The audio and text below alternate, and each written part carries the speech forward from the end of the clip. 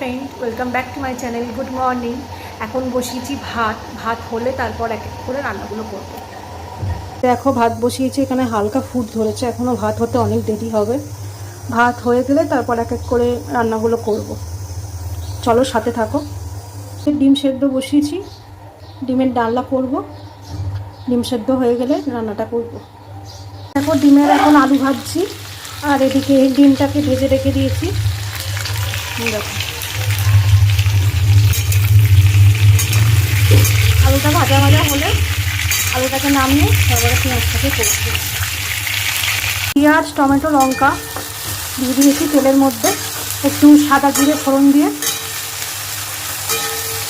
আমি কুচিয়ে রান্না করতে বেশি পছন্দ করি, কারণ বেটে থেকে কুচিয়ে টেস্ট বেশি। যে আদা রসুন পেস্ট দিয়ে দিচ্ছি এখানে, এটা ভালো করে দিয়ে দিতে হবে। এটাকে ভালো করে নাড়াতে হবে।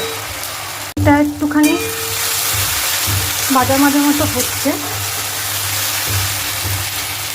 এর মধ্যে এবার একটু স্বাদ মতো নুন দিয়ে দিতে হবে। নুনটা নিজস্ব টেস্টে দেওয়াই ভালো।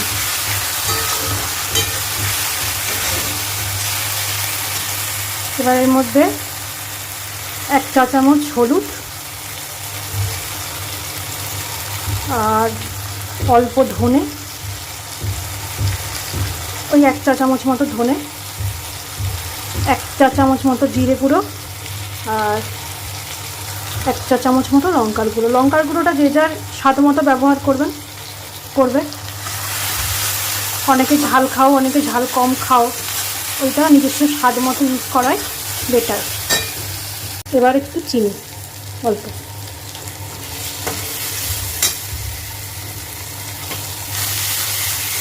এবার এইটাকে পুরো মশলাটাকে কষাতে হবে, একটু ভালো করে কষাতে হবে।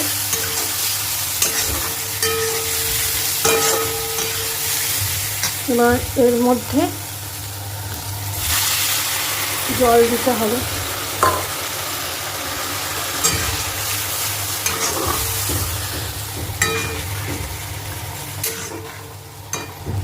এর মধ্যে আমি যেহেতু আলু ইউজ করছি, তাই এখানে ভেজে রাখা আলুগুলো, এই আলুগুলো দিয়ে দেবো। এখানে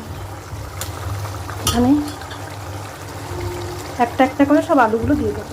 আলুগুলো দিয়ে একবার নাড়িয়ে জল দিয়ে ফুটতে বসিয়ে দিয়েছি। এবার ফুটলে নামিয়ে নেবো। চিকেন মেনু উচ্ছে ভাজা করেছি। এখানে